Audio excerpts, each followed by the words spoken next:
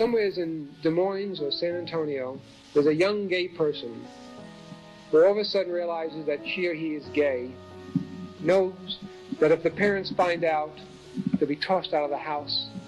The classmates would taunt the child, and the Anita Bryans and John Briggs are doing their bit on TV, and that child had several options: staying in a closet, suicide, and then one day that child might open a paper and it says homosexual elected in San Francisco, and there are two new options. The option is to go to California,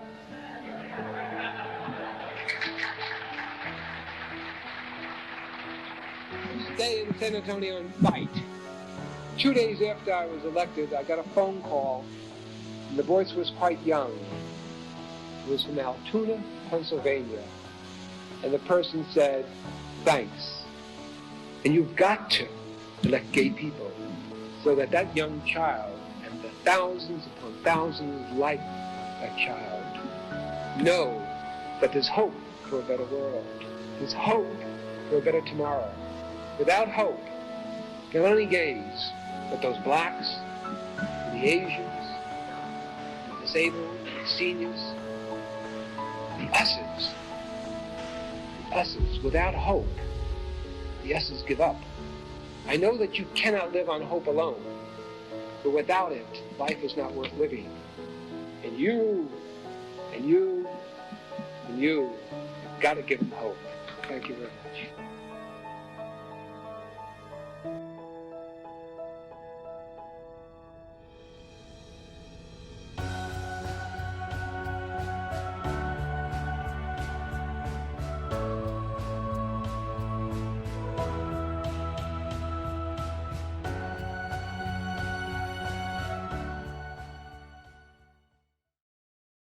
I'm going to introduce Julian first at the back. So Julian is one of my favorite photos in our collection. He came through here, probably lived around this area, but we know definitely in 1919 that he held a review in Fayetteville.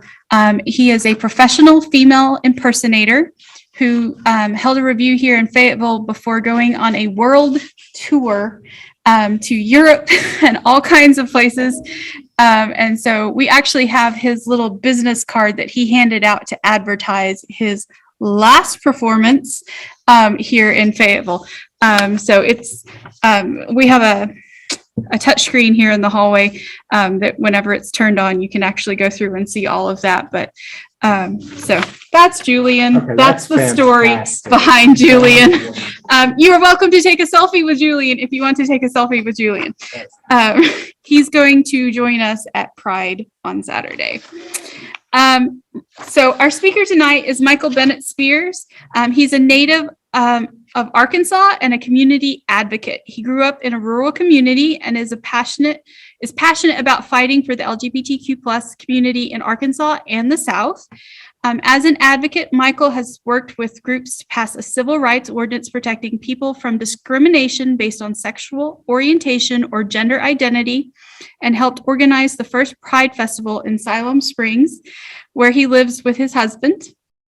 In 2020, Michael became the first openly LGBTQ plus candidate to run for Arkansas State Representative in his district, and currently sits as Northwest Arkansas Chair of the Arkansas Stonewall Democratic Caucus. He also serves on the Siloam Springs Pride Planning Committee, and Michael currently works as the Program Director for the Equality Crew, a nonprofit dedicated to creating safe space for the LGBTQ plus youth in Northwest Arkansas. So I'm going to turn it over to you, sir. Thank you so much. All right, so as Rachel said, name's Michael Bennett-Spears. She already gave my whole introduction spiel I would usually open with, so we'll just dive into this. But I will say, first off, I was so incredibly excited when they reached out to me and asked me to do this, because it gives me an opportunity to just be an absolute nerd, which I'm a little bit biased as a gay man, but I think that this is fascinating information and something that's so often overlooked. And there are so many things that we miss talking about that are so important to understand the context of who we are as LGBTQ plus people and how we got here. And also, if you look at that as a foundation, it's also a roadmap to where do we go from here? How do we move forward? So, but I want to start this off, and I will say that you started off with introducing Julian, because one of the things I was going to touch on is in popular knowledge, we have a tendency to be like 1969 Stonewall riots. Nothing gay happened before then. We just emerged from the shadows on the streets one day, threw a brick, and suddenly there were gay people. But can anybody here, let's get a little interactive for a second. Can anybody here tell me the first instance in the US of LGBTQ plus people starting the legal and political right for civil rights for our community? Or you can just take a wild guess. Give me a year.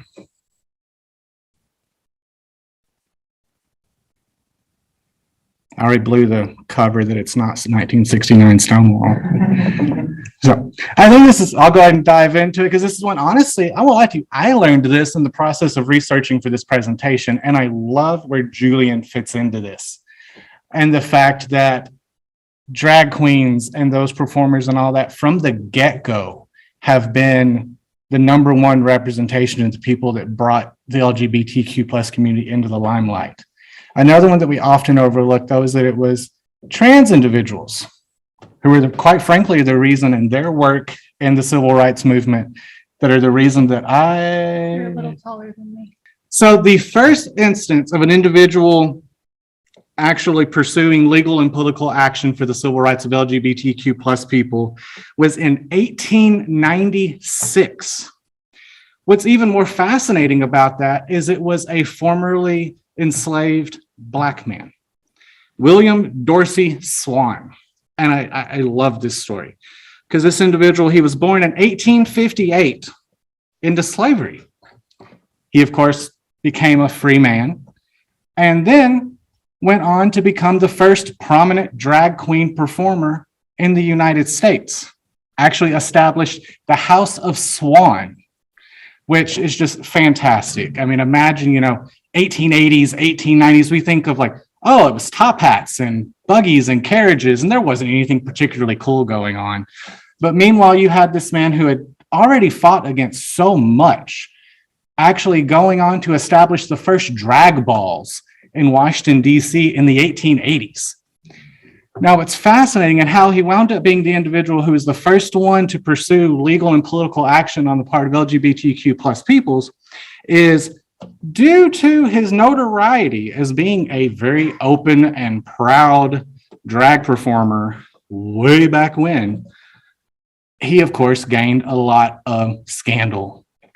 And there were people that, they did not like that. And, these were things that were still done secretly. Often you got an invite to the drag ball at the YMCA, even back then, which I did not know the YMCA had been around that long until I started researching this.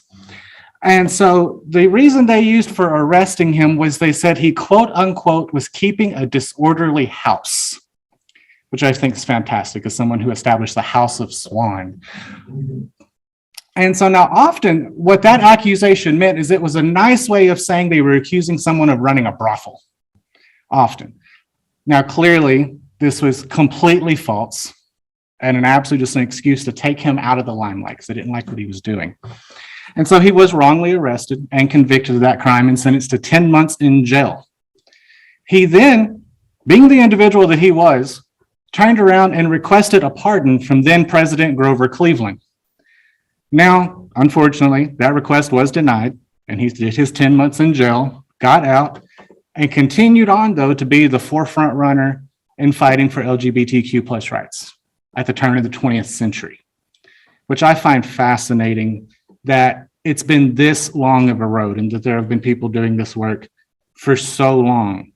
Now, when you think about where we are today, that can get a little bit irritating when you think that this has been going on since the 1800s and we're where we are and we still have so far to go. But it's also incredibly inspiring to realize that we have a long, proud history of fighting for the civil rights of LGBTQ plus peoples. Now, from that point on, you see where there was this, so much history is difficult to track down because it had to happen discreetly. There were so many things happening, but we did it in back rooms, in bars, in private homes. We did it with coded speech. And so you have the blues movement, jazz, and all that was actually a thriving environment for LGBTQ plus peoples. You have, Ma Rainey and these blues artists who had songs that didn't come out and expressly say that's what they were talking about, but anyone who knew kind of thing. And so you jump forward, we're gonna make a quick jump about 50 years or so probably, and bear with me. We're gonna do a little bit of jumping around, just quite simply, that's how this goes when you're talking about these things. So the funny thing is you can actually thank World War II for the big push in LGBTQ plus rights. The reason being is this funny thing happened when World War II went down, where all of a sudden it was perfectly normal for two women to be living together because all the men were at war. It was perfectly normal for two men to spend a lot of time together because they were isolated at war. And so all of a sudden you had a really justifiable excuse for two people of the same sex to spend a suspiciously long amount of time together. But in turn, that led to a lot of these people being able to forge those relationships and to come back home and have the strength to say, actually, we're going to pursue this. And this is just my war buddy. We don't have anybody else, so we stick together. Or this is my good friend, Elizabeth. We bonded when it was just she and I trying to make it through the war. And so became the advent of having your special friend. And I think every LGBTQ plus person in my generation understands what it is to have your friend, quote unquote, kind of thing. I know I certainly had my first partner. My family would always ask me, how's your little friend? Is he coming to Christmas this year? And it was funny because we all knew what was going on, but it was easier to just not say it. But through that, you begin to get these groups starting to form. And in the 1950s, you start to see the rise, and I will apologize if I say this wrong. I've never heard it said out loud. I've only read it. But you had the Mattachine Society that was established in 1950. You had One Inc. that was established in 1952. And then in 1955, which is a problem we still have today, you had lesbians being like, well, why is it all cisgendered gay white men that are establishing all the organizations? And they established the Daughters of, I think I'm saying this correctly, Bilitis. And so way before Stonewall, we had these movements going that were building up to this big impetus, which we're also getting to in this speech. And we don't think about that because we look at the 1950s and we think of it as this archaic time when there were no civil rights and everything was pushed down and it was all in the shadows, but there were actually these thriving organizations formed. In some ways, they actually had more going for them then than we do now, just for the sheer fact that they were driven by their hunger for civil rights. They couldn't allow themselves to become complacent because they had to fight and scratch and claw and bleed for everything they had. And so that leads me to, you have the individuals like Marsha P. Johnson, that everybody knows that name, Sylvia Rivera. A lot of people don't realize that Bayard Rustin, who was considered MLK's right-hand man, was also an incredibly active LGBTQ rights activist. They also don't realize that Bayard Rustin had to step in and take a back seat in the civil rights movement because he was a liability. And he voluntarily said, I'm going to step back because my public face as a gay man could be a detriment to this movement. Which leads me to the fact that if you go throughout history, the fight for LGBTQ plus civil rights is directly intertwined with the fight for civil rights for individuals of color. And throughout our history, and this is why I think it's so important to know these things, as we as modern people go forward in the same fight we're still continuing today, to understand that if it wasn't for trans individuals, if it wasn't for trans individuals of color, if it wasn't for people of color, my cisgendered white male self would not be standing in front of this room proudly giving a speech as a gay man. If it wasn't for those people's sacrifices, I wouldn't have the right to do this.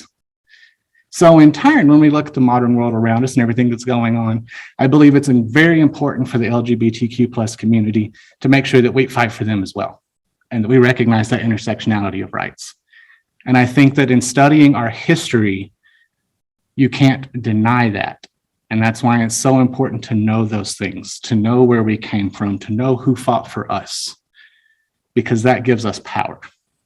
And it also makes us recognize that history isn't this dead, dusty tome in a library or in a wonderful museum like Shiloh Museum, where it's black and white photos and it's inert and it's inactive, but it's actually this thriving, living thing that continues to this day. But you move on, and so now we've gotten to 1950s, going into the 1960s, leading up to Stonewall, the watershed moment. Now, prior to Stonewall, we'd already had a couple of fun adventures, otherwise known as riots, in the LGBTQ plus community. The first one, at least that I came across, that really got recognition was at Cooper Donuts in LA in 1959. Now, the fun thing there is it was a really common practice to use gender ID laws as an excuse to harass LGBTQ plus people. Now, the way that worked is you had these laws that stated that your outward presentation of your gender must match the gender listed on your ID. So in turn, when they raided places that were known to be gatherings of LGBTQ plus people and therefore included trans individuals, they said, "Oh, I'm so sorry. Your ID says male and you're sitting here in a dress. You're basically committing ID fraud, and therefore you must be up to no good, because otherwise you would present like what we told you were." Now, get to Cooper Donuts, 1959. They come in, business as usual, they're doing this. And all of a sudden, people say no. And at that moment, they're attempting to arrest 2 trans women, 2 sex workers, and an individual who was just there hanging out at the bar. Well, when they go to pack those people up into the police car and take them away, the crowd says, "Actually, no, we don't agree with this." And they begin to pelt the police car with coffee, donut, cakes, trash, anything they can get their hands on, to the point that the police actually fled and those individuals didn't get arrested. That was the moment at which people said, "Oh, wow, wait, you mean we don't have to just go along with it? We can actually fight back. And not only that, but we can win." And that was when it started to turn. And so then you move forward to Compton's Cafeteria in 1966, which is actually viewed as the beginning of transgender activism in San Francisco. Same situation, gender ID laws. They come in, they identify a trans woman, they say, "We're going to arrest you." This time it was just the one woman.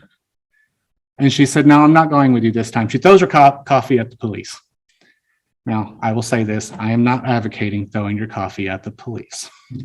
But throws her coffee, the rest of the crowd sees this, they say, "Actually, we don't like to see that." They start throwing things at the police. There's a common theme here that you'll find in discussing LGBTQ plus history. Once again, because the police at that time knew that they were doing something unjust and saw that they were being stood up against, they turned around and they left. That woman went free. You move forward to 1969, the Stonewall riots, the one that every LGBTQ plus person knows. Everyone knows Sylvia Rivera. Everyone knows Marsha P. Johnson. It was the watershed moment. It was the point at which things really started to turn in the United States. Same story as ever. A well-known bar in Greenwich Village, which now, mind you, by the way, backtrack real quick. Greenwich Village was a mecca for LGBTQ plus people since the early 19th century. They had already been there for nearly 70 years at this point, which is probably why that was the place at which people had the strength of will to say, "Today is not the day." And so the police go in to raid Stonewall Inn. It is debated on who threw the first thing. A lot of people credit it to Marsha P. Johnson. Marsha P. Johnson has actually been quoted as saying that it wasn't her. So nobody really knows who it was that first threw the first object. that actually started the whole riot. But all of a sudden, somebody threw something. Marsha P. Johnson did pick up the brick and throw the brick. That famous thing did happen. All of a sudden, this massive riot breaks out. People come flooding out. Lots of people are arrested. Lots of people are hurt. But that got national attention. And all of a sudden, the world was looking. Well, at least the world in 1969. And so from that moment on, it started to really roll. And you started to get this building of energy. You started to all of a sudden, LGBTQ plus people across the nation identified the rage they had felt for their entire lives. And that fact of, no, this isn't right. You can't push us down. We deserve to be better. We're not bad people. We're not felons. We're not drug addicts. We're just human beings trying to live our lives. And so in 1970, you have the first Pride event organized in Central Park, riding on the wave of the energy from Stonewall as a means to keep that going, because I saw they had something that they'd never had before, that they were building. It was snowballing, and I can only imagine that excitement of like, wow, this is it. This is the time. This is where we go. And so you had that first event, and then those Pride events continue to grow. Originally, of course, Pride was something that only happened in major metropolitan areas. You had them in New York, San Francisco. It wasn't really something that happened in rural areas. Those of us that were from small rural towns like Frenchman's Bayou, where I'm from, it'd be another 60 years before it got to us, because that's just how time moves. And so, but you move forward, and then all of a sudden, Arkansas has its first Pride in 2004. So the first one was in 1970. It took until 2004 for Arkansas to have its first one. Now, this is where, when I was talking to Rachel, and she told me what she wanted me to talk about, and she said, the evolution of Pride over the last 20 years. And I said, oh, dear God, that's my lifetime. Like, if I was going to talk about the evolution of Pride in the last 20 years, I would be talking about from the first Pride I went to in Conway, Arkansas in 2004 till today. Like, I'm not that old. Like, this shouldn't be.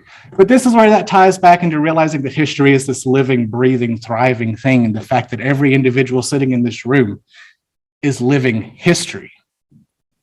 And that's something where it comes so important to realize what we're doing as people. Where do we play into this? Because someday, 30 years from now, somebody's going to be looking back and looking at the things that we do. So, but I digress.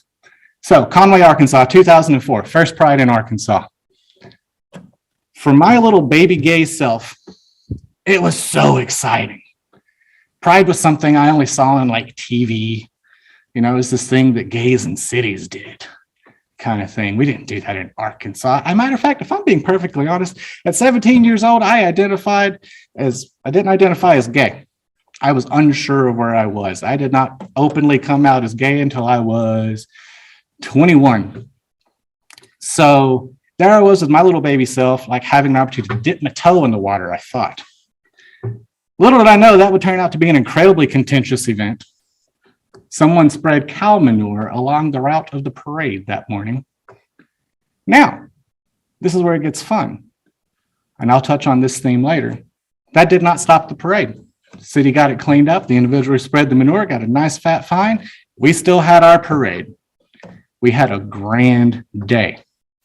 I, at 17 years old, spent that day standing with a group of drag queens that I did not know, still don't know, and will probably never see again, blocking a group of protesters, because there were a lot of protesters at that first Pride. Now, the next year in 2005, I had the opportunity to attend the first ever Pride in Northwest Arkansas in Fayetteville. I like to joke about that one and say that I remember when it was a dozen gays on a street corner, because it wasn't much more than that.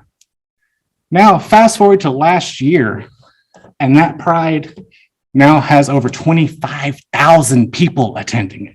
I remember when we got super stoked because we had 1,000. And I think that you see where, if you look at the history, it took us so long to get that ball rolling.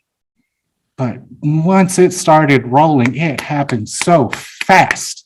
We went from the first Pride in Arkansas and Conway in 2004, the first one in Fayetteville in 2005.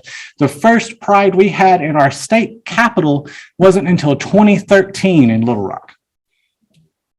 Yeah, like just kind of give yourself a moment to think about that. Like the first one happened in 1970, and it took us until 2013 to have a Pride in our state capital.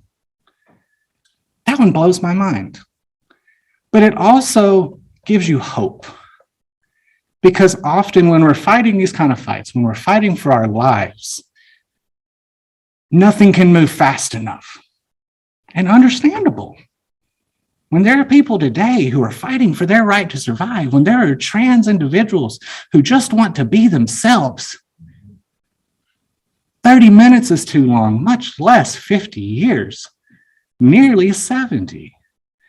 I mean, we don't have that kind of time. But at the same time, you can look at it and you can say, I know it's going to get better because we continuously win.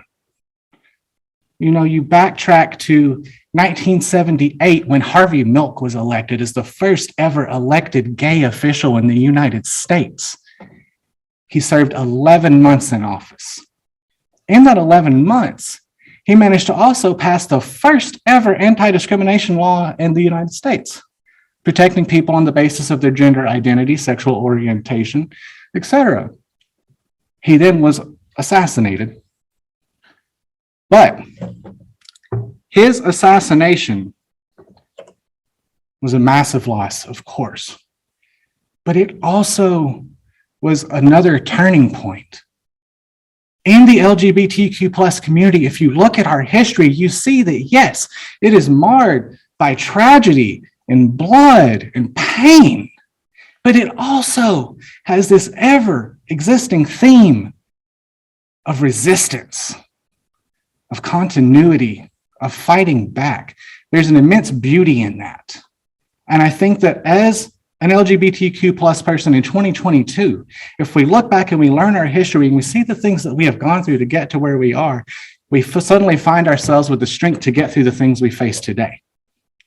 And we realize that, yes, someone who was upset about Harvey Milk being in office assassinated him in 1970, or excuse me, he was elected in 1977. I misspoke. He was assassinated in 1978.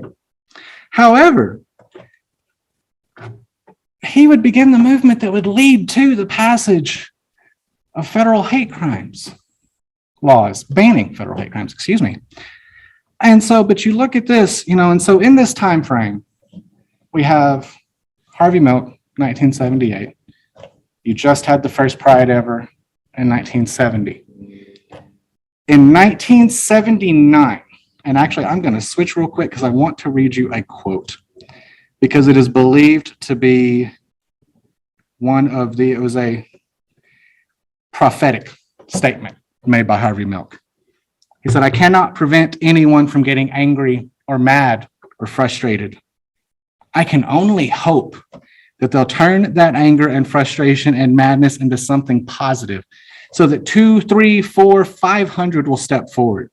So the gay doctors will come out, the gay lawyers, the gay judges, the gay bankers, the gay architects. I hope that every single professional gay will say enough. Come forward and tell everybody. Wear a sign. Let the world know. Maybe that will help." Now, so you have this individual who would become an icon, a legend to LGBTQ plus people, who only gets 11 months in office before he's assassinated. But because of his assassination, to a degree, in 1979 in Washington, D.C., you see the first National Gay Rights March. Just a year earlier, he had made the statement that he helped 200, 300, 400, 500 people would be inspired to step forward. Over 100,000 people are estimated to have been at that march. Very likely, many of them inspired by the assassination of Harvey Milk. So time and time again, once again, the LGBTQ plus community experiences something that for all intents and purposes, it should be a crippling blow. But instead, we turn around and we show up in even greater numbers, which is truly beautiful when you think about it. And it's also one of those things of where you look at what we're experiencing today and you say, well, at least I'm still alive. I might as well do something with it. You know, I mean, when you're walking in the footsteps of people like Marsha P. Johnson, Sylvia Rivera, Ma Rainey, Baynard Rustin, Harvey Milk, how can you not be inspired to step up and say, okay, I've got some big shoes to fill? And how can you also not look at the problems you're experiencing and go, you know what, I can overcome this. This isn't going to take me down. And so we have the march in 1979. There's this rolling, it's going, it's snowballing, it's getting bigger and better and more beautiful every day. And then in the 1980s, the AIDS crisis hits. Truly a crippling blow to the LGBTQ plus movement, because quite frankly, we lost so many of our community leaders. One estimation is that 1 in 15 gay men would be dead of AIDS by 1995.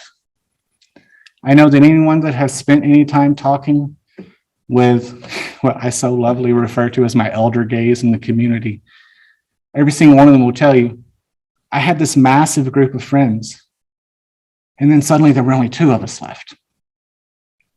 Now, that was something that was a huge thing for our community, because originally it was GRID, gay-related immunodeficiency, because it was something that obviously only happened to gay men. So at the same time that our community was being decimated by this epidemic, we still turned around and found the ability to say, you are not going to call this GRID. You are not going to associate it solely with us. It's not just gay men that are getting it. It's white women. It's individuals of color. Everyone is getting it. And so we still fought. We still didn't back down. We still kept moving forward. And that is why, when you're discussing the history of pride and how it came to be, you have to know the context of the LGBTQ plus movement, because then you understand the statement, pride in and of itself is always a protest. Always. Even if you are not carrying signs, even if you are not holding a megaphone and shouting in the streets, the sheer fact that you are walking around with your head held high, celebrating and being proud of who you are, is a protest. Because even today in 2022, there are individuals that think that we shouldn't be doing that. And so to give yourself some strength, look at the history, recognize the fact that your sheer willful existence is a protest. You don't have to do the big things. You don't have to be Harvey Milk. Please, by all means, do, minus the assassination. But, be that person that runs for office, be that person that wins and passes legislation that furthers the community. Do all those things, or just be that person that exists. Because I guarantee you, if you are living out and proud and openly in your small Arkansas community somewhere, there is a 13-year-old kid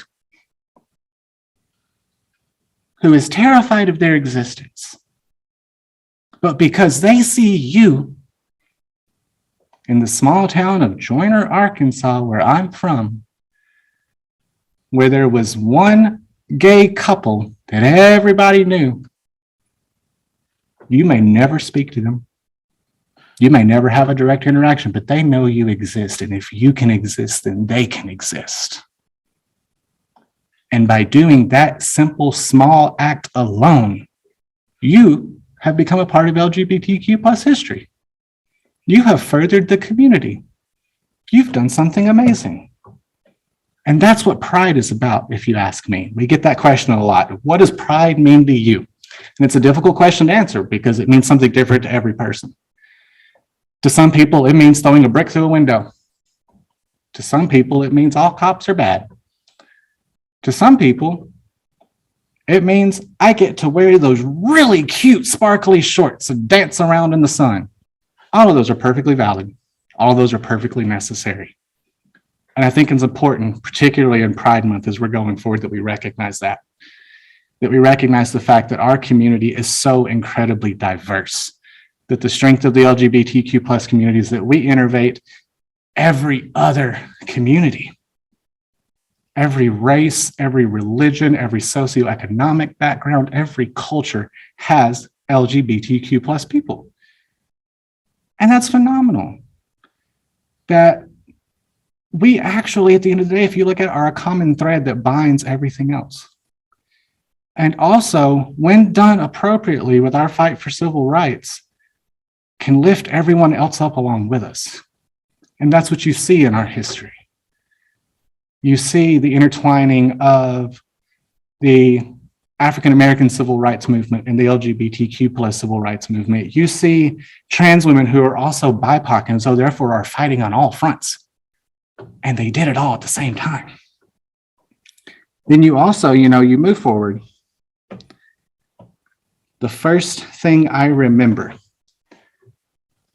that you would say, I guess, the first major gay event that happened in my lifetime was 1998. It was the murder of Matthew Shepard. Now that one hurts. And I think for a lot of people in my generation, it does, because we remember we were just old enough to be those kids that were starting to go, gosh, I think I might be a little bit different. And then suddenly every TV is talking about this young gay man who was brutally killed for the fact that he was gay. And all of a sudden you said, I don't know that I feel safe being this. I don't like this. I don't like this. But once again, you turn around and you see the LGBTQ plus community use something that is so hurtful, that leaves a scar, and use it to do something good. Because in 2009, you see the passage of the Matthew Shepard Hate Crimes Act. To be honest, full name, Matthew Shepard and James Byrd Jr. Hate Crimes Act, which is once again an intertwining of the fight for civil rights for both BIPOC individuals and LGBTQ plus people. Also, this is where I have to point out that it was 2009 before we passed a ban on discrimination into federal law. 2009 before we said that, you know what, actually, it might not be okay if you kill somebody based on their race, sexual identity, sexual orientation, or disability was included in that. And so this is also where it comes into play of recognizing the fact that in fighting for LGBTQ plus rights, we also fight for everyone else's, because if we are going to fight for every member of our community, then we have to fight for every community. Otherwise, we're going to leave someone behind, because there are BIPOC LGBTQ plus people. There are disabled LGBTQ plus people. So if you're going to pass those laws, you have to make sure to include them, and you have to do so specifically, because that's how law works. And so I look at this, and this is where it also comes into play that I'm like, I'm only 36 years old. History is something ancient. That's why it's history. But then you realize that it was 2004 before the first Pride event in Arkansas. It was 2009 before there was a federal ban passed on discrimination. It was 2001 before Arkansas Supreme Court overturned sodomy laws and Bryant versus Picado. It was 2003 in Lawrence v. Texas that led to the federal ban. That federal ban actually did not come into play until 2005. Or actually, excuse me, that the law was not repealed. So the law was overturned in 2001, but it was not actually repealed by the state legislature until 2005. What that means is that in 2004, when I was at my first Pride event, gay men could still be arrested simply for being gay. It was a law on the state books when I graduated high school. And that's just phenomenal to me that it took us that long, but also the fact that At 36, I've gotten to live through so many major events in the LGBTQ plus civil rights movement. Then we fast forward a little bit to 2015. God bless, I never say their name correctly and I apologize. The Obergefell v. Hodges. And that's really bad that I don't know how to say that last name correctly because it's the reason that I'm married today. But I remember when in 2014, I woke up one morning getting ready for work and saw on Facebook that, oh my gosh, they're doing same-sex marriages in Washington County. And it was this moment of, we had never considered that a possibility. So we never had a discussion on, do you want to get married? Gay men don't get married. We don't talk about that unless, we want to go off to some crazy liberal West Coast state to do so. And even then, it's not going to be recognized federally. So once you get back to Arkansas, congratulations, you spent a lot of money to get a piece of paper that's real pretty. But that day, I got to be a part of history. I got to be one of the first same-sex couples married in Washington County. And that was wild because that also was the moment when I thoroughly realized how important it is, one, to know our history. There's a common theme to this speech. Two, what it actually feels like when we succeed and why it's so important to fight those fights. Because you don't realize how unequal you were until you find yourself a little bit more equal, and suddenly there's that massive contrast. And then all of a sudden there's a fire in your belly, and you're like, well, I want more. Sure, I can get married, that's cool, but I also want hate crimes legislation that's actually enforced. I want my trans community members to have access to health care. I want them to be recognized. I want my BIPOC brothers and sisters to feel safe walking down the street. We all need this. It's kind of funny, but at the end of the day, equality is probably the best kind of drug. Because once you get a taste of it, you can't put it down. And you'll do anything to get it again.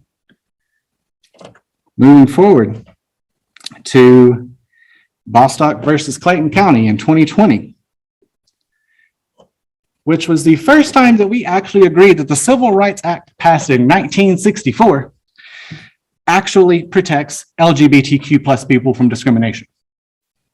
Which means that up until 2020, which was 2 years ago, your boss could walk up to you at your job and go, you know what, I don't really like having a gay person working here, so you're out. Have a nice day. Or your doctor could tell you, I don't like treating trans people. You're out of the hospital. 2 years ago. Once again, you just kind of have this moment where you're just silent. But it shows that we view history as this long ago thing that is happening all around us every day. That we view civil rights leaders as something that existed in the 60s, but they still exist today. The part that I love about that is that means that any of us in this room could become civil rights leaders. How cool is that? We look at that and we think of Bayard Rustin, we think of Harvey Milk, we think of MLK, and they're this unattainable, deified presence. But actually, they were just human beings like you and I, who at a critical moment in history, instead of saying somebody should do something, they said that somebody should be me. Now, I will admit that among that list of names, things didn't go well for the majority of them. But were they really ended? Or did they become something even bigger? Because life itself couldn't contain them. They will still be speaking those names 100 years from now. So, if you ask me, it's worth the fight. Because then you get to be history. And someday, 70 years from now, somebody like myself stands at a podium in a museum and talks about you as this really cool individual that did something in history. maybe this is a bit egomaniacal on my part, but I wouldn't mind that happening with me. You know, I definitely wouldn't mind 70 years from now, somebody being like, wow, Michael Bennett-Spears did X, Y, Z. I think that's kind of neat. And I think it's a good motivation to make the world better. Now, I will also say you should try to just make the world better for the sheer fact of making the world better. It's icing on the cake that you might get to be in history books. So if you look at that, at the end of the day,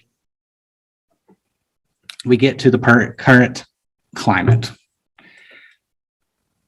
And people ask, you know, what does it look like now? What does it feel like? And there are moments where we look at it and we say, well, you know, it's a 3 steps forward, 4 steps back kind of thing, because all of a sudden these things that had become institutionalized, that were written in stone, are in danger. They could be undone. We find out that nothing is permanent unless we stay cognizant, unless we stay active. And this is, once again, we're knowing that history is important, because when we face the battles that we do today, history shows us how we overcome. History shows us what we did to win before. It also promises us that we will win, because it shows us that in 1990, it was individuals who looked like me, white, cisgendered gay men, that were the target. I now stand here in 2022, probably the most privileged member of the LGBTQ plus community as a white cisgendered gay man. My life's pretty comfy. Now it's our trans people that they come after. But it's the same old story. They'll lose this battle just like they lost every single other one before that. Because if you look at the history, the overarching lesson to take home is that LGBTQ plus people are innovative, are intelligent, are strong, are organized, and so very powerful. And if you take anything home today from this speech, I hope it's that empowerment. I hope it's that motivation to reach out to the person next to you in your community and say, hey, let's do better together. I hope that when it comes time to walk down to the Capitol and say, actually, no, you will not treat our trans people this way, you think of this history lesson. You think of the fact that you would not be standing here as an LGBTQ plus person if it wasn't for a trans woman of color. If you look back and think of when you leave here today, because of running short on time, Google Christine Jorgensen, who was the first individual to have gender affirming surgery. And the fact that that was the moment that America said, wait a minute, you mean to tell me that I can actually bend gender roles? That single event is actually credited with being one of the things that led to the massive 1960s hippies, gender, like bending, all that fun stuff. One person living openly and defiantly being who they are. She traveled to Denmark to have that surgery. But then you look back and all of a sudden people in the US said, wait, so if Christine Jorgensen can go to Denmark and have a gender affirming surgery, then the Beatles can have long hair. Then men can wear floral patterns. Then all of these things, because one person said, actually, today I choose to be me. And so that means that never look in the mirror and say, I can't do anything. Because you can. So that is where I'm going to end this presentation, because we have 12 minutes left. We can go a little bit longer. They promised me they wouldn't pull me with a hook off the stage. But if anybody has any particular questions, commentary, things to share, I appreciate y'all coming out and listening to me ramble for 45 minutes. But the thing that I enjoy and that I get out of it is actually getting to talk with community folks. And if there's something that I didn't cover, who knows? I may have hidden secrets of knowledge that I didn't share. Dun, dun, dun. But anybody? I have a question. I remember when the Pride Parade started in Conway, but I don't remember why it was Conway. Out of all the cities in Arkansas, that kind of surprises me. Why was it Conway? Well, honestly, here's the fun one about that, because I don't have an exact reason to give you, and I was there too. And I think it was one of those things where we had the Pink House in Conway, which was this beautiful Victorian home that, in an act of defiance, the gay couple that owned it painted it this lovely shade of like almost Pepto-Bismol pink. And they literally just did it because they wanted to get a rise, because it's Conway and we love that city, but it's very conservative, and particularly even then, it was not easy to be a gay couple. And all of a sudden you had this gay couple that was like, I am going to be defiantly myself. I remember being in college at Hendrix and going to the Pink House before the Pride Parade was ever discussed, because it was somewhere that you knew you could go if you were LGBTQ plus, or if you were questioning. It was a safe place. You would find other people in the community to talk to. And it was that couple that actually organized the first Pride. So I would dare make a guess that the reason that it was Conway was because that was the place where somebody was there to say, you know what, might as well be me. Y'all are a quiet group. You do lots of smiling and nodding, and I love that. I like the affirmation. But I mean, I will say, I love how Pride, at least in Arkansas, seems to have grown more from smaller rural areas than it did even like major metro areas. That is a funny thing actually to talk about, because if you look at, it started in major metropolitan areas, but where things really start to take on a radical turn is when it forms in those small towns, when it forms in Conway, Harrison, Siloam Springs, and that's where you start to realize that the movement is gaining traction. Because of course it's happening in the big cities. They have all the cool stuff. They're the weirdos in the city. But when it's your small, sleepy, quiet Arkansas town having it, that means the community is listening. That means you've actually hit a point of saturation, which is one of those things that you're really looking for in there is, are we reaching people outside of the metropolitan liberal bastions kind of thing? And I think that that's a fun one to talk about, because let's use Siloam for an example. Siloam is in the Guinness Book of World Records for most churches per capita. When I first made the decision to move to Siloam, all of my gay friends in Fayetteville were like, "You're moving to Siloam?" "Yeah." And they said, "You're gay, right?" I'm like, "Siloam, gay? What are you going to do when somebody says something bad about you being gay?" I said, "Well, due to the fact that I'm buying my dream home in Siloam, I'm probably going to sit on my nice Victorian front porch, drink my coffee, and wave at them." But then I moved to Siloam, and this place that was known to be so conservative, and I mean, she's got some work to do, but all in all, people have been nice. You find these small towns, you get this weird thing where you have these overarching institutions of religions and legislatures that say all these terrible things about the community, but when you actually sit down at the kitchen table, people just want to get along.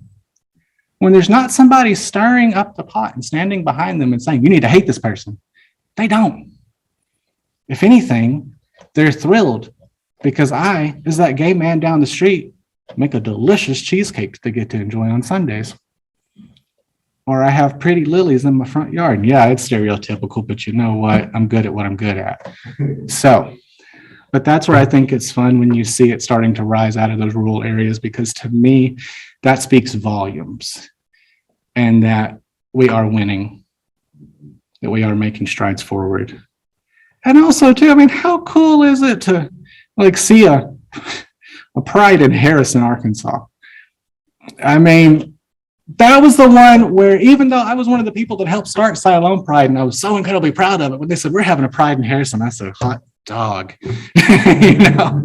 Now, what I also love about those small town prides is I think that, well, once again, Siloam is an example. You look at Fayetteville Pride, you know, or New York, San Francisco, and it's real easy to be like, oh, those gays and their crazy activities and da-da-da-da-da. But then you come to these small town prides and like Siloam, and it's little kids running around blowing bubbles and getting their face painted. You know, the story I love to share from Siloam, the first year of Siloam Pride, is there was this little girl that probably, I'm stepping away from the Zoom, sorry, y'all, probably came up to about here, little tiny thing. And she was obsessed with one of the drag queens. And I mean obsessed. That drag queen could not take a step without this child on her heels. Drag queen's doing her performance. Little kid is like right behind her like a magnet following her down the stage. And we're all like, this child is about to get kicked in the head with a heel. Oh, Lord. Instead, you know, and I'm not saying the drag queen was going to intentionally kick the kid, but, you know, they like to do all these crazy kicks and stuff. The drag queen sweeps up this kid that she doesn't know from Adam's house cat, plops her on her hip, and proceeds to do the rest of her performance carrying around a kid.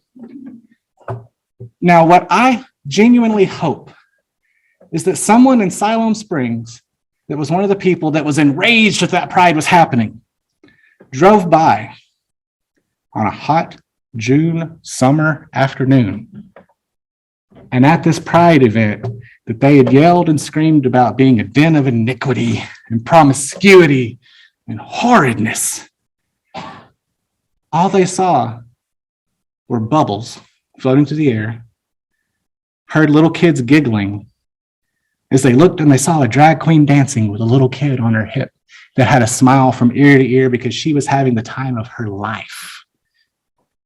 And that in that moment, they said, well, maybe I was wrong. Because honestly, this looks like a beautiful Southern afternoon. And I think that's why those things are important, because I think that's where minds change. Is that those small events that you don't think about being something big. And that's where you turn the tide. That's my ramble there. So, but nobody else has any questions. We'll go ahead and set us all free for the evening, and you can be done having my voice drone on in your head.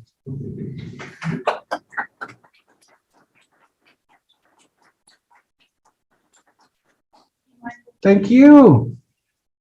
And thank all of y'all. I appreciate you coming out in this dreadful heat to listen to a random stranger talk about gay things for an hour. Oh, you're part of my history books now. Hey, you know, I'll tell you what, go home. Let me pull it up actually, because I just saved it on my phone because I love this article. You search the, and actually I left this part out in the speech. The fact that it was 1973 before homosexuality was taken out of the DSMV as a mental illness. But fun fact, that same American Psychiatric Association who took so long to catch up with times now has one of the best articles I've ever seen on LGBT plus history that actually goes all the way back to, I think, like the 1700s in Europe. And definitely look that one up if you're a history nerd like myself, because it's really fantastic. And they dive into a lot of the intricacies that I didn't have time to, because I went over on time trying to give a skeleton crew thing. But, you know, it goes into the Two-Spirit, and it goes into how you saw in, you know, Greek societies. And I can't remember the tribe. It was, I want to say, in North Africa, that actually has a really fascinating history of men being gender fluid. And if you look at historically, it wasn't until Europe, it was the Europeans doing crazy stuff, where you started to see this turn against LGBTQ, where you started to see that homosexuality was bad, that being trans was bad. That actually prior to that, quite frankly, the colonization that brought the church with it. It wasn't a thing. You were just a human being that existed. And I would have loved to have had, 6 hours to bore y'all to death, going on and on to go into that. I joked with everybody got here that I could talk for an hour on the influences of blues musicians on the LGBTQ plus movement. So same time next week then? So hey, you know what? If you don't want to be back and you're bored, I'll do it. Because you don't want me to look into that kind of stuff, because all of a sudden you find that it was blues musicians who wrote these songs that had double meanings and coded speak. And it was, if you know, you know, before it was a popular thing. And I find that kind of stuff fascinating. Well, representations in any movie is super powerful. Yeah. Well, you also saw prior to the 1950s, there was actually this rolling turn of LGBTQ plus people being represented in movies and music and art. And then you have the evangelical rise of the 1950s, all of a sudden, Bam. just, went ugly. Ruined it. But, and I think though that in knowing that stuff and looking at the way things cycle, you can look at it and say, okay, you know what, well, I see the signs of us getting there again. Yeah. You see, I remember, when Will and Grace, which looking back now, like it's a horrible depiction of LGBTQ plus people because it's so fantastical and out of the realm and has no representation of anyone besides white folks. Ironically, I say as a white person. But, when you look at Queer as Folk, I remember Queer as Folk was my lifeline as a young gay teen that had no business watching Queer as Folk. But it was the only thing that I could get my hands on that showed gay people. Now, I've also given, believe it, I know y'all will be shocked to find that I can talk about many things, but I've also given a lot of talks on the fact that, ironically, Queer as Folk was damaging at the same time that it was helpful. Because for those of us in the gay community, it was a lifeline. It was, oh my gosh, something gay, it exists. But on the other side, it was, look at them, they're doing drugs and they're promiscuous and it's everything that I told you that was bad about gay people. And there it is on the screen. And so it was an interesting thing. You could dive into that for an hour in and of itself, and the fact that they made it that way because that's what gets attention and they got to make money off of it. Hollywood. But it's fun when you think about it. Now you look at it and you have, our dear goddess Dolly Parton, these, big names that openly support LGBTQ plus people. You have Lil Nas. So I'm old, but I still like him. Kind of thing, and it's one of those things. If I look at the younger generations of LGBTQ plus kids, and I mean, of course, my profession as program director for the Equality, it's literally my job to work with them. But also to a degree, I get a little bit jealous because I'm like, my God, if I had had these things when I was your age, how much money would I have saved on therapy? But at the same time, I look at it and I'm thrilled that I lived the life I did because it gave me the motivation and the ability to do the things I do. And if that's what it took, I'd do it again. Win-win. I turned out okay. I'm a little quirky, but it's all right. So, my husband likes me. At least he wouldn't tell me if he didn't. Well, after 14 years, you grow up.